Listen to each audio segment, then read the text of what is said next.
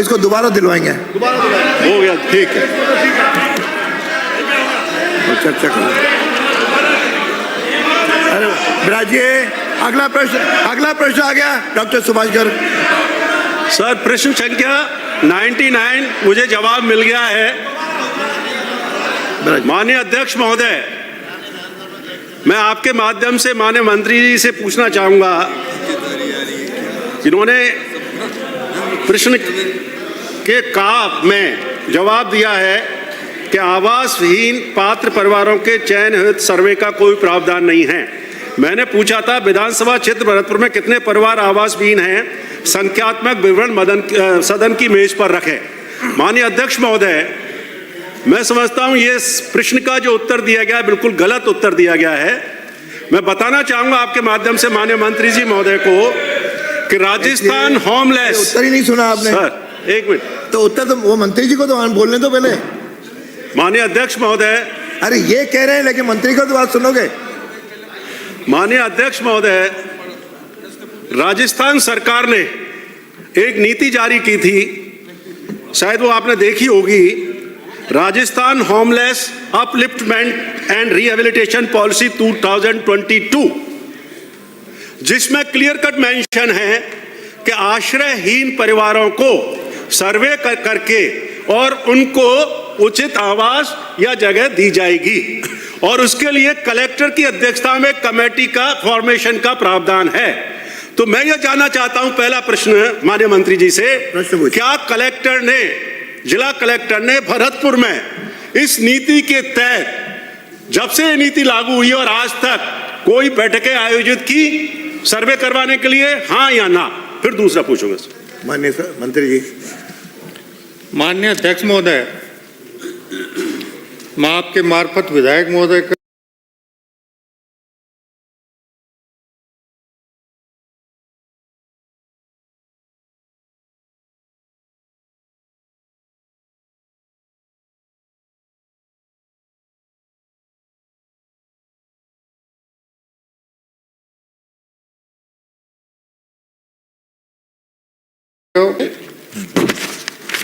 आपका प्रश्न है आवास विहीन से संबंधित। आवासहीन की बात कर रहा हूं और मेरा पूरा क्वेश्चन, तो मैं आवास विहीन का जवाब दूंगा।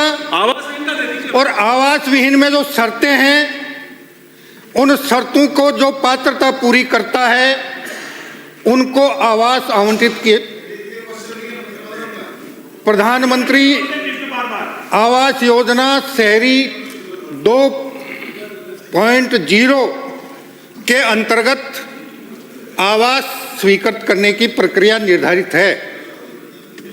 अगर आप ये पूछते कि भरतपुर शहर में ऐसे कितने परिवार हैं जिनके पास रहने के लिए भूखंड नहीं है, तो मैं उसका भी जवाब दे देता।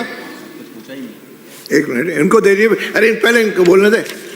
आपका प्रश्न जिससे संबंधित था उसका जवाब मैंने दे दिया। और आपके भरतपुर में 2016-17 से लेकर अब तक 302 पात्र व्यक्तियों को योजना से लाभान्वित किया गया है।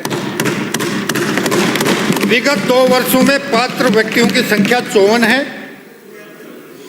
और भविष्य में भी प्रधानमंत्री आवास योजना शहरी 2.0 में जो योजना की दिशा निर्देशिका है उसके अनुसार आवेदक स्वयं ही योजना के यूनिफाइड वेब पोर्टल पर आवश्यक दस्तावेजों के साथ ऑनलाइन आवेदन करता है, जिसका भौतिक सत्यापन नगर निगम द्वारा किया जाता है। और भौतिक सत्यापन करने के बाद पात्र व्यक्तियों की सूची भारत सरकार को प्रेषित कर दी जाती है और भारत सरकार से स्वीकृति मिलने के बाद उसे प्रधानमंत्री आवास योजना 2.0 के अंतर्गत लाभ प्रदान किया जाता है। माननीय महोदय, मैंने पहले क्वेश्चन पूछा था, उसको मैं करेक्ट कर देता हूं कि Rajasthan homeless and upliftment policy 2022 के तहत आवास भी, पहले मेरे को कंप्लीट, लेट मी कंप्लीट। जब आपका प्रश्न मेरे पास आएगा उसका जवाब ढूंढूंगा। अरे एक मिनट अगर सुन अब तो लीजिए, आप- मेरे को पहले सुन अगर लीजिए। आप- माननीय सुन लीजिए सदस्य, पहले मेरी बात। मैं बोल रहा हूँ आवाज साहब। भी है आपका प्रश्न नहीं सर, एक मिनट बताइए। जिस प्रारूप क्या- में मेरे पास आएगा, माननीय अध्यक्ष महोदय, उसी मैंने प्रारूप का क्वेश्चन क्या जवाब पूछा है दूंगा। कि भरतपुर विधानसभा क्षेत्र में कितने परिवार आवास विहीन हैं? संख्यात्मक विवरण सदन की मेज पर रखें। भरतपुर विधानसभा क्षेत्र में आवास विहीन, और मैं बात वही कर रहा हूं। मैं प्रधानमंत्री आवास योजना का पूछा ही नहीं है, ना शहरी की पूछा, ना ग्रामीण का पूछा है। मैंने पूछा है कि विधानसभा क्षेत्र भरतपुर में कितने परिवार आवास विहीन हैं। और यह जो पॉलिसी 2022 कहती है, आप पॉलिसीज को रखवा लीजिए उसको। एक मिनट, लेट मी कंप्लीट मंत्री जी, आप बोल लेना बाद में। अब आपको उस देख- पॉलिसी को दिखवा लीजिए। आपको भी देख- क्या उस पॉलिसी में आवास विहीन परिवारों का सर्वे करने का प्रावधान है या नहीं, और उसके लिए कलेक्टर की अध्यक्षता में कमेटी बनाने का प्रावधान है या नहीं? हाँ या ना में जवाब मांग रहा हूं बस। माननीय मंत्री जी,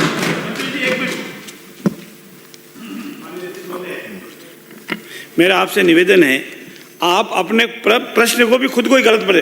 प्रधानमंत्री आवास योजना लिखा है आपने, कहाँ लिखा है? कहाँ लिखा है? लिखा है खंड संख्या अरे प्रधान, अरे भाई खंड संख्या खंड 2 में पढ़ो, आप पढ़ो। अरे कहाँ, ये देखो ना, लिखा है इसमें, आपका गलत आ रहा है। वो खंड 2 में, भाई है इसमें, आप खंड 2 में, खंड 2 में है ना। अरे वो 2 में, सुनिए, दो में होगा, मैंने 2 में लिखा है, वो खंड 2 में। मैं खंड का की बात कर रहा हूँ, मैं खंड का की बात कर रहा हूँ। खंड 2 पर तो मैं आया ही नहीं। पूछा ही नहीं है। नहीं, ये क्या मतलब है? अध्यक्ष महोदय, मुझे आपका संरक्षण चाहिए। संरक्षण दीजिए। मुझे बताइए, मैं खंड 2 में प्रधानमंत्री आवास योजना की बात कर रहा हूँ, खंड क में तो मैं प्रधानमंत्री आवास योजना की बात ही नहीं कर रहा हूँ। आप बता दीजिए, सब व्यवस्था दे दीजिए, मैं बैठ जाऊंगा, मुझे कोई दिक्कत नहीं है। लीजिए। माननीय मंत्री जी,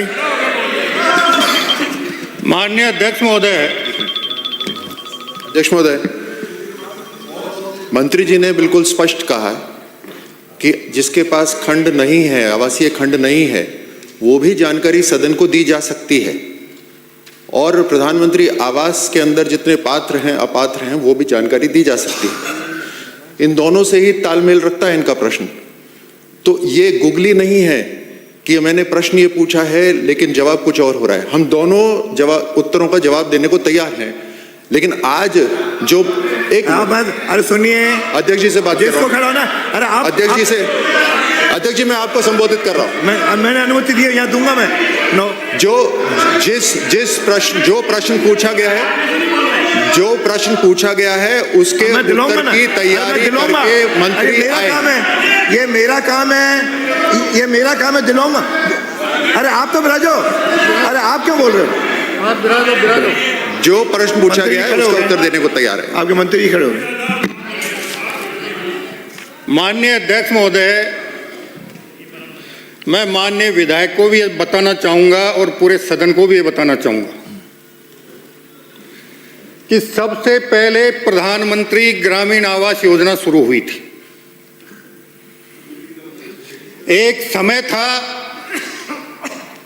जब ग्रामीण क्षेत्र में आवास विहीन परिवारों की सर्वे करके गणना करवाई गई थी। बीपीएल सर्वे के बाद 2012 में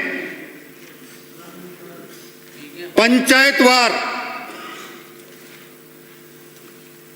उस पंचायत में जितने आवासहीन परिवार थे, सर्वे के बाद उनकी सूची बनी थी, और सूची बनने के बाद जितने लक्ष्य आवंटित होते थे, प्राथमिकता के आधार पर प्रधानमंत्री आवासों की स्वीकृति जारी की जाती थी। उसके बाद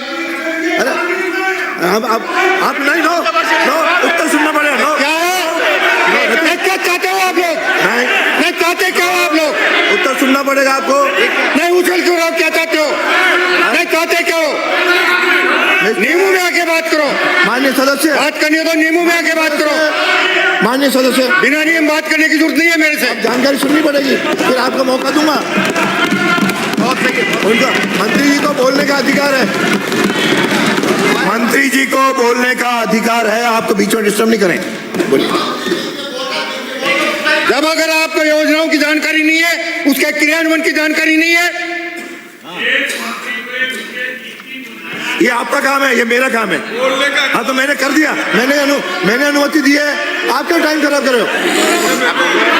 बोलिए। प्रधानमंत्री आवास योजना शहरी दोनों का जवाब 2.0 उसके जो दिशा निर्देश आए हैं, उस दिशा निर्देश में भारत सरकार ने एक यूनिफाइड वेब पोर्टल लॉन्च किया है और शहर में जो आवासहीन व्यक्ति है वो अपनी पात्रता से संबंधित कागजात के साथ उस पर आवेदन करेगा। शहरी निकाय उसकी पात्रता की जांच करेगा और जांच करने के बाद जो पात्र व्यक्ति पाए जाएंगे उनकी सूची भारत सरकार को प्रेषित करेंगे और भारत सरकार स्वीकृति जारी करने के बाद हम उसको प्रधानमंत्री आवास योजना शहरी 2.0 का लाभ प्रदान करेंगे। बहुत सही। आपके दो हो गए। माननीय अध्यक्ष जी, मेरे को ऐसा लग रहा है सरकार कंफ्यूज हो गई। अनुमति दी है इनको, आपके दो हो गए, इनको अनुमति दी।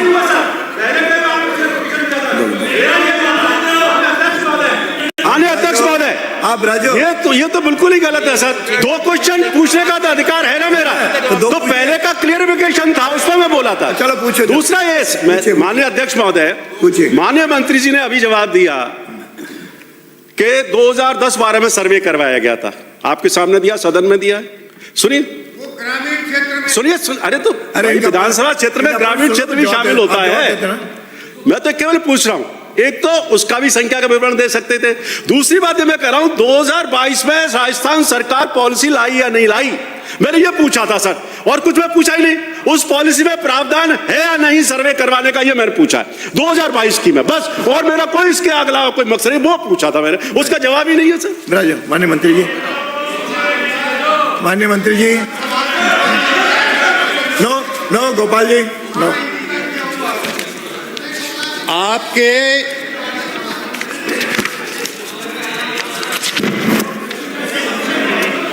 भरतपुर में प्रधानमंत्री आवास योजना में 1417 निर्माणाधीन आवासों की संख्या है। उनमें से 1144 पूर्ण हो गए, यानी 80.73% पूर्णता हो चुकी है। अब अगर आप को भूमिहीन परिवारों की संख्या चाहिए तो मैं जिला कलेक्टर से रिपोर्ट मंगवाकर प्रश्न का भाग नहीं था, भाग नहीं होते हुए भी आपको प्रेषित कर दूंगा।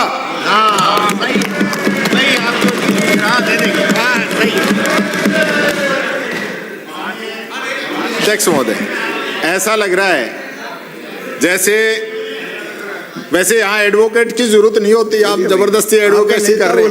बोल रहा माननीय प्रश्न पूछने का अधिकार है, भाषण देने का अधिकार नहीं है। आप प्रश्न पूछिए, और प्रश्न पूछेंगे तो हम ऐतराज करेंगे। मैंने सच्चाई कह दी तो बताओ, कह रहे हैं कि भाषण दे रहा हूं। ये माननीय सभा में अध्यक्ष महोदय, ऐसा लग रहा है कि माननीय संसदीय मंत्री महोदय थोड़ी जल्दबाजी कर गए। वो आप तो प्रश्न पूछो। वो जो उन्होंने क्वेश्चन पूछा था ना, उन्होंने पूछा था आवास विहीन का प्रश्न पूछ रहा हूं, आवास विहीन का प्रश्न पूछा था, और उन्होंने गलती ये कर दी माननीय सदस्य ने कि जो पॉलिसी पूछ ली वो होमलेस की पूछ ली। तो आप होमलेस अलग समझ गए, आवास विहीन अलग समझ गए, इसलिए आप बीच में बोल रहे थे। चलिए हो गया। बात एक ही है, आप प्रश्न पूछो ना, जो क्वेश्चन है मंत्री से प्रश्न पूछो। हाँ तो मैं बता रहा हूँ ना, प्रश्न ये है कि जिनके पास मकान नहीं, आप मकान कब तक दोगे? मुख्यमंत्री जी ने बजट घोषणा की है, यही तो पूछा है उन्होंने, और जो जवाब आया वो गलत आया, इसलिए उन्होंने कहा मैं कि बैठा हूं। राजस्थान के अंदर 2022 में जब होमलेस पॉलिसी आ गई और उस राजू, पॉलिसी का मापदंड पूछा है, उस पॉलिसी की प्रक्रिया पूछी है, आपको पॉलिसी बतानी चाहिए, ना कि मंत्री जी को गुमराह करना चाहिए। आप खुद ज्यादा काबिल होने के चक्कर में मंत्री जी को मरवाने का काम कर रहे हैं। माननीय मंत्री जी कुछ बोलेंगे?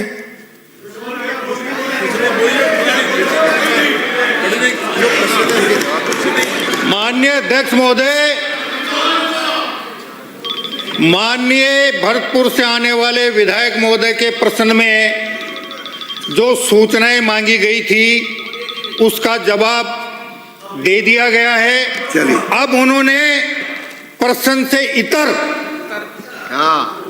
भूमिहीन परिवारों की संख्या के बारे में प्रश्न किया है। चलिए, जिसके पास भूमि ही नहीं है तो आवासहीन कहां से होगा? आवासहीन तो उस दिन होगा जिस दिन उसके पास भूमि होगी, वो तो बेघर कहलाएगा। अगला प्रश्न है, वो बेघर कहलाएगा, आवासहीन नहीं कहलाएगा।